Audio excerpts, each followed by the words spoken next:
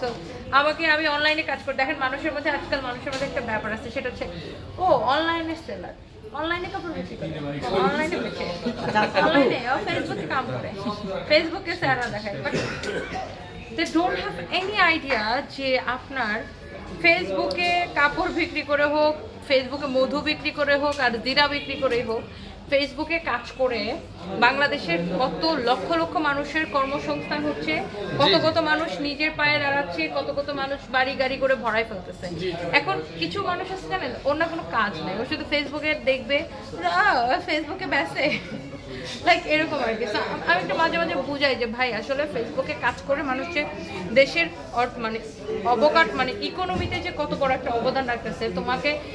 কাজকে রেসপেক্ট করতে হবে, প্রত্যেকটা কাজকে রেসপেক্ট করতে হবে। সো আমার কাছে মনে হয় যে অনেক মেয়েরা আছে বলতে পারে না, বেশিরভাগ মেয়েরা বলতে পারে না, যা তা মানুষ বললে চলে যাবে। আমি বলতে পারি ভাই, কারণ আমার তো লুকোচুপি করার কিছু নাই, যেটা বলবো স্ট্রেট করবো, এই জন্য আমি বলে দিই।